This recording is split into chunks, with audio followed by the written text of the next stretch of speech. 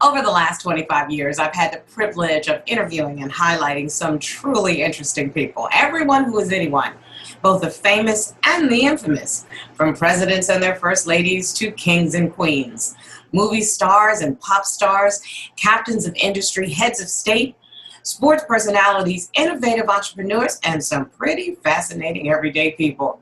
Today, I'm proud to introduce you to Dr. Shara, a psychologist who has dedicated her professional career to advocating for marginalized people.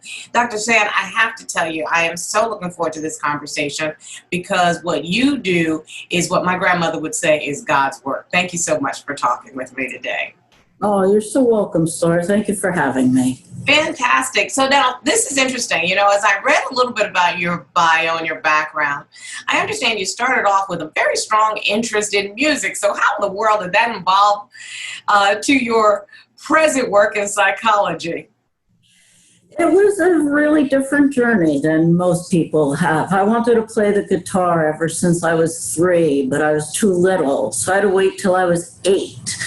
But then when I was in school, they said, oh, you could play one of these 3 instruments. If your parents rent it, we give you lessons for free. So my parents were like, well, we could rent an instrument. What do you want to play? And I wanted to play the trumpet because it made a lot of noise, and I was a pretty quiet kid. So I played the trumpet for a couple of years, and then my band director was like, we need trombone players. Take this home and learn how to play it.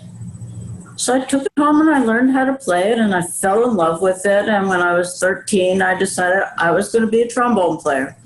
And conservatory, Manhattan School of Music, and then I got my master's degree at Brooklyn College, and I was doing the New York freelance thing, which was, you know, if you're going to pay me, I'm going to play it.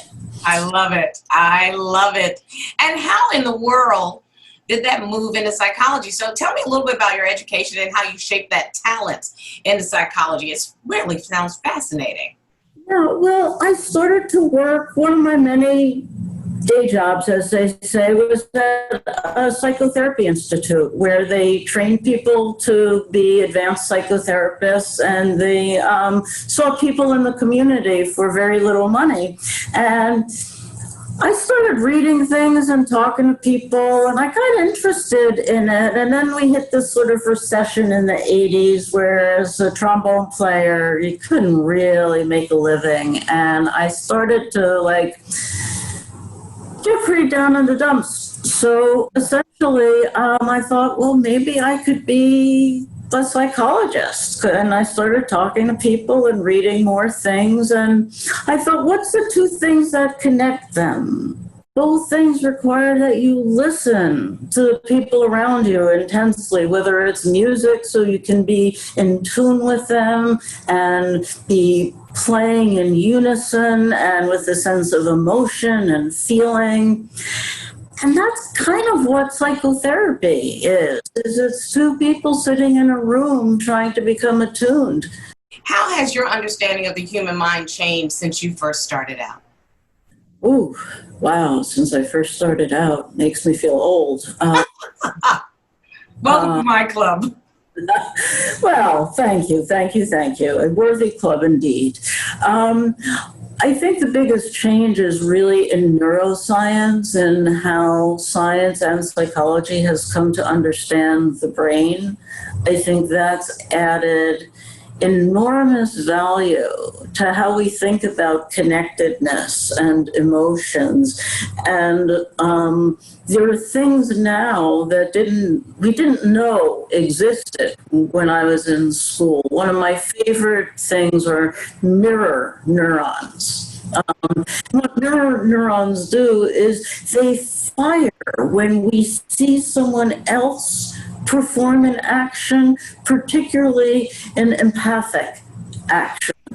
So without even doing anything, your brain is already getting wired to be empathic and sympathetic towards someone.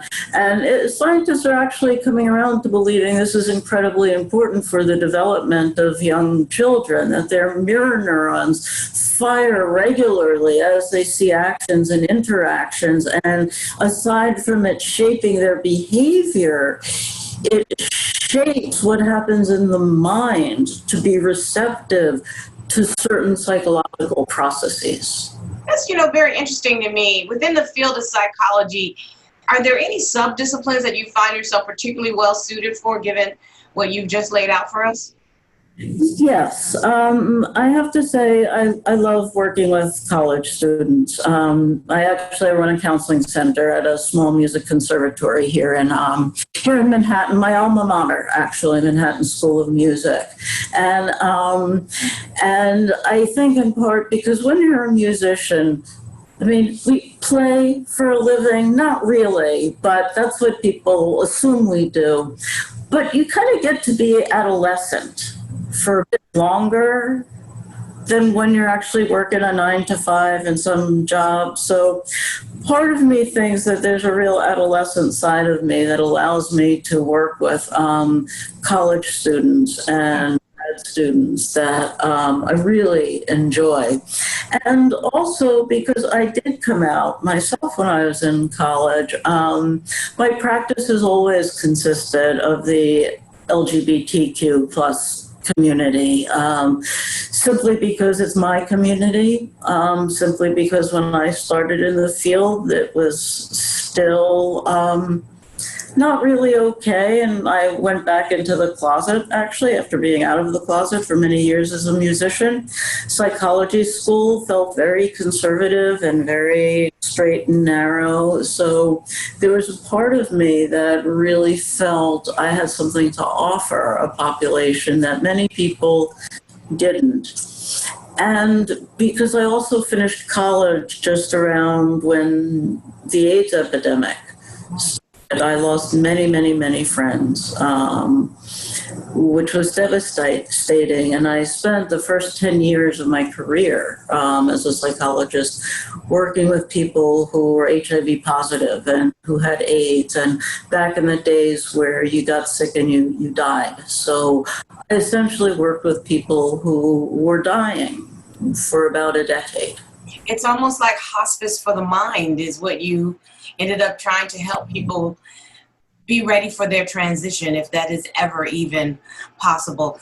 I'm just curious, with all of your knowledge, have you done any additional research, and have you been able to present any papers? Because again, this is a fascinating look into, as you would say, a marginalized part of our society. I actually have. I haven't done what I would call hardcore research since the late 90s, and all of that was on HIV and AIDS. But I do write theoretical and clinical papers. So I've presented at the American Psychological Association for various divisions, the Division for Women, the Division for Psychoanalysis, the LGBTQ plus division. I've presented for the New York State Psychological Association. I have presented for the group Psychoanalysis, Culture and Society. So I have presented a fair amount, and I realized early on that for me, that's how I perform.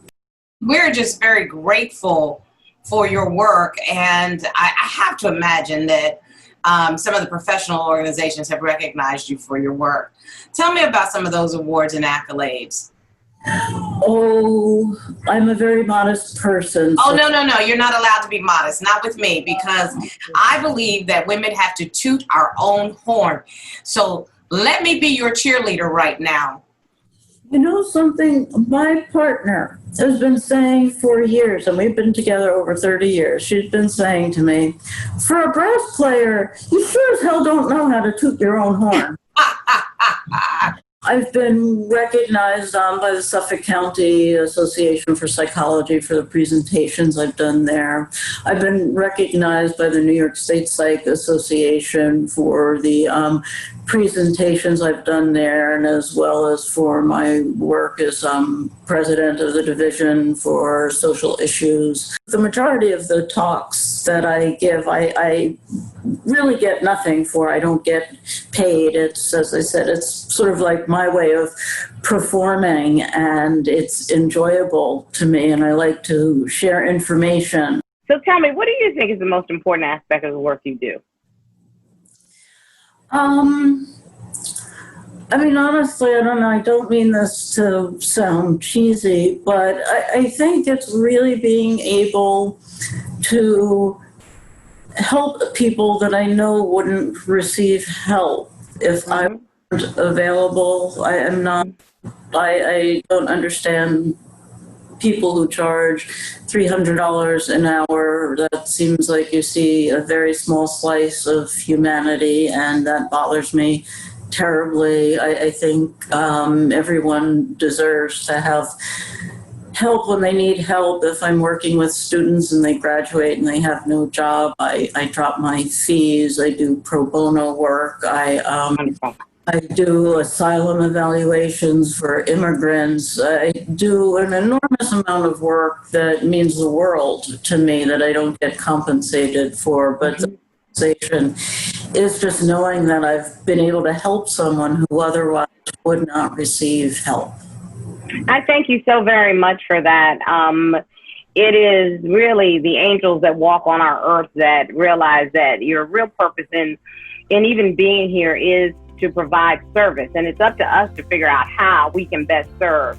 I admire so much that you've taken your musical talent, you've translated it into a whole new language, and that language helps you in the healing art of touching other people. So thank you, Shara. Thank you so very much.